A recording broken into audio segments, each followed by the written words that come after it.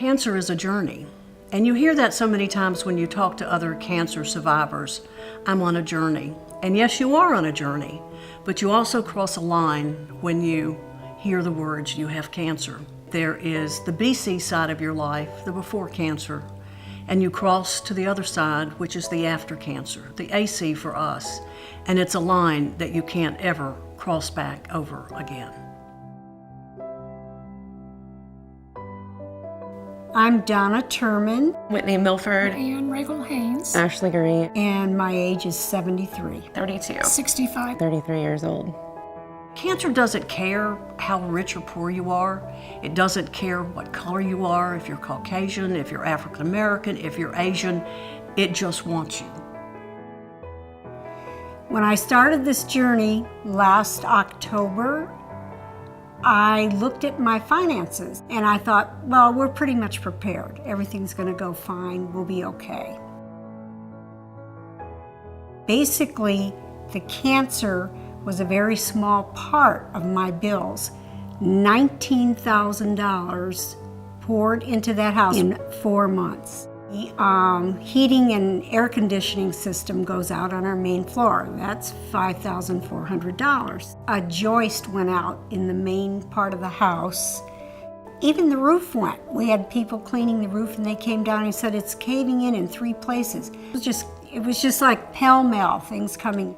So along about March, I was getting a little bit discouraged, and the nurses picked up on it right away. So the next week, I got this wonderful, beautiful card with a huge $300 gift certificate for Kroger's, where I shop. That gift lifted me right up. That got me through the next part of my chemo. After that, I was like, I don't care what happens, we're gonna make this. We have meat in the freezer, we're fine.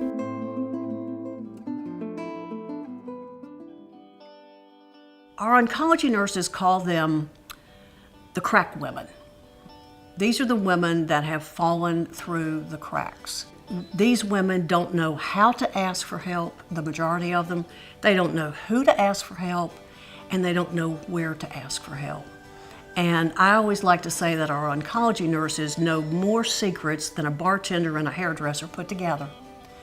And so they know who needs the help and what kind of help they need. And we've never turned them down.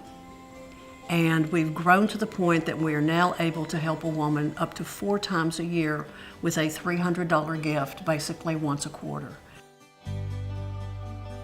I was surprised one day when I went in for chemo. They donated a very generous gift certificate. You know, it didn't even cross my mind that while I was going through chemo and all these other things, the journey in general, that it would affect my family and everything, and they just stepped in and helped my entire family. It wasn't just for me, so that was really great of them. I had actually a little over an hour drive to and from my oncologist office, so we were able to take care of all of our gas needs that way. Well, I had been sick since June of 2016. I had random things go on with my body that weren't normal. I had a lot of, I had really bad acid reflux, mainly at nighttime. It was uncontrollable. Bloating, not feeling well in general. I was very, very, very tired.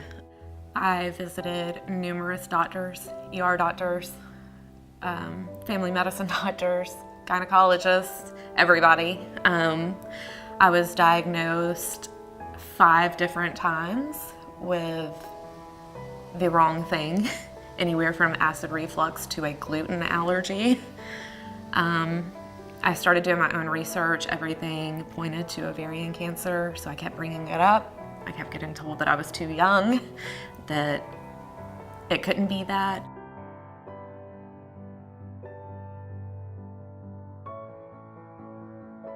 The first phone call and the first conversation I ever had with Sue, it was just, it helped me more than I could ever say, because there's not a lot of people my age that are going through this. And so I kind of just expressed concerns to her, and she gave me a pretty good outlook on things. And I would tell anybody that was going through it or knew somebody to get in touch, let them lift you up.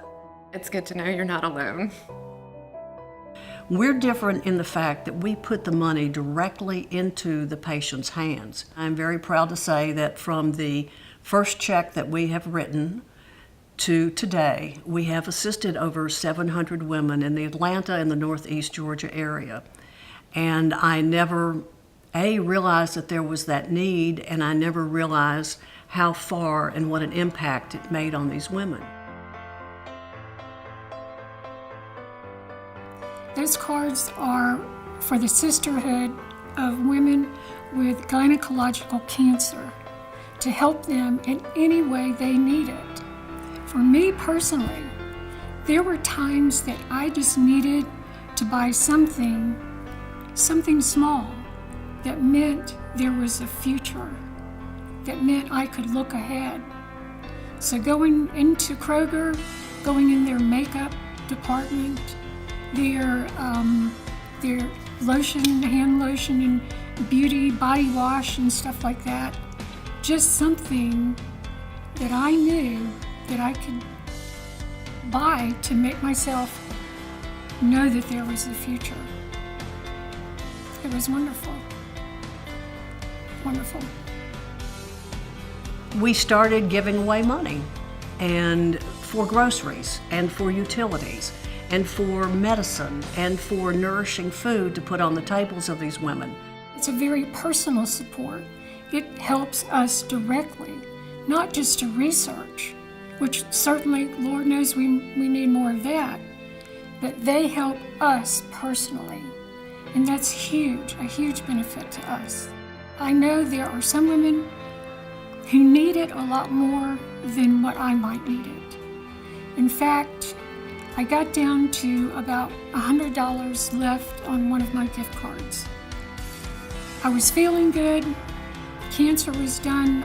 I stopped at Kroger one day and I spent the rest of that on snacks and drinks and things that are normally maintained there at the chemo suite. I filled up the cart with things that I knew I liked and helped me, and took that into the chemo suite to give back. Because I'm living, and I saw where I was, and I now see where those ladies were, and you just want to do more. You just want to help more. When you tell someone that you have ovarian cancer, it to them is a death sentence. It is, it's not unusual to not make it out of this situation. The world seems to think that if a woman has cancer, she only has breast cancer. And while I feel that is very important and their journey is no less than any other type of cancer, I can't go to the store and replace what I have lost. I am Ashley Gurry, and I'm 33 years old.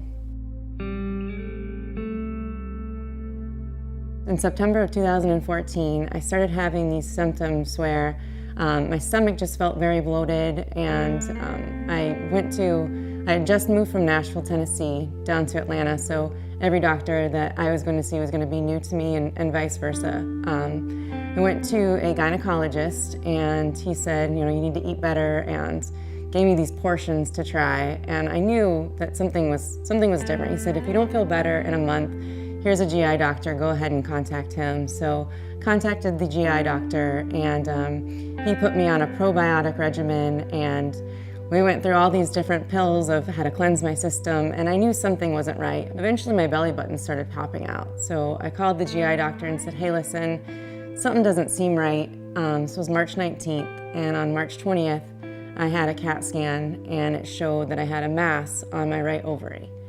So from there, right after I left the CT scan, I ran to Publix to grab a few groceries, and he called me and said, this doesn't look good. You need to get into a gynecologist and get an ultrasound done. I made my appointment, I got there, and the lady I had met for the first time said, at this stage we have to call it a tumor, and it's about the size of a grapefruit, and it's on your right ovary, so I'm gonna go ahead and refer you to a gynecologic oncologist. So, made our appointment with the gynecologic oncologist. At this point, I knew I had to tell my family, told my mom and sister, and my mom ended up flying in and came with me to that doctor's visit. And I will say it was a scary experience walking into an oncologist at 31 years old. I had my fiance there, actually boyfriend at the time. We've gotten engaged since. But walked in, and I will say brought the median age down quite a bit, you know, being 31. And the doctor who saw us said, you know, could be nothing, could be just a large cyst, but we're gonna go ahead and check your CA 125 level just to see where it's at. My CA 125 test came back at a 193, when below 35 is about normal for a woman. So got a phone call, it was Good Friday. And he said, doesn't look good, we're gonna have you come into the office to get prepped for surgery. That doctor, it was spring break, so he went away with his family for spring break, and I get there and the nurses say, we need to prepare you for your hysterectomy. And I had no idea that I was getting a hysterectomy. So I looked at my boyfriend and said, we gotta get out of here. I'm not going to the hospital next, let's go. Tears were streaming down my face, and you know, it was the first time I had heard the H word, and it terrified me. So went out of there crying. My mom, being a mom, wants to figure out what to do for their child. How can they help? My mom said, I met this woman, Sue. She's an ovarian cancer survivor. I gotta call her. I gotta see what we can do here. So she made a phone call to Sue, and about 45 minutes later, we hung up the phone with Sue, and Sue's advice was, you need to seek a second medical opinion. So that's exactly what we did. We had gotten in to see the head of gynecologic oncology, who is Dr. Horwitz at Emory University Hospital, and the first question he asked me was, is fertility important to you? And I knew right then and there that we should go with him for our doctor. So he rearranged his whole schedule, and on April 17th, I underwent surgery where they opened me up, and he said, we're gonna start small and work our way up. He ended up taking out the right ovary, the right tumor, the right fallopian tube, about 21 lymph nodes, and my omentum. Had them all tested while I was under, and they didn't see that they needed to go any further with the surgery, so he was able to save my fertility. And about 2 weeks later, I got a phone call saying that I won't have to undergo chemo because everything that they had tested had came back negative for cancer. So it was amazing, and it's one of those stories where even the doctor said, it's rare that I get to make these phone calls. So he's like, you brighten up my day just as much as I'm brightening up yours. So we celebrated, and in August, Jeff proposed to me, and we were planning our destination wedding, and we said, you know what, let's try to have a kid.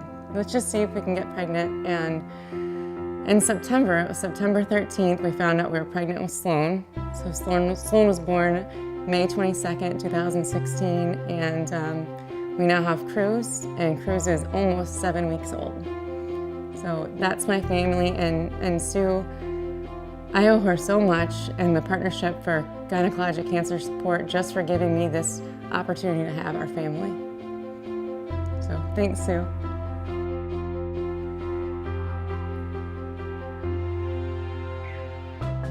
I'm Sue Sigmund Osach. I am a 13-year ovarian cancer survivor. I was diagnosed on the occasion of my 51st birthday, and on that day I was told that I would be dead by the end of that year. Obviously, they were wrong. We are the Partnership for Gynecological Cancer Support, and our mission is to reduce the financial burden of a cancer diagnosis for women and their families in Georgia who are currently undergoing treatment for any gynecological cancer. The Partnership for Gynecological Cancer Support Cancer support gave me peace of mind, hope, and friendship. Gave me hope, family, and inspiration. didn't just help me. Partnership for Gynecological Cancer Support gave us our kids.